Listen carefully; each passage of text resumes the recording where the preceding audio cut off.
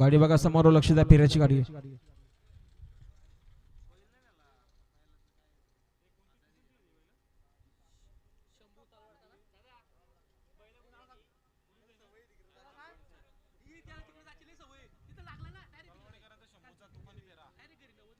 चला कृपया ज्यांच्याकडे जमले असतील त्या नोंदणी करून घ्या, कारण नावनोंदणी सुरू झाली.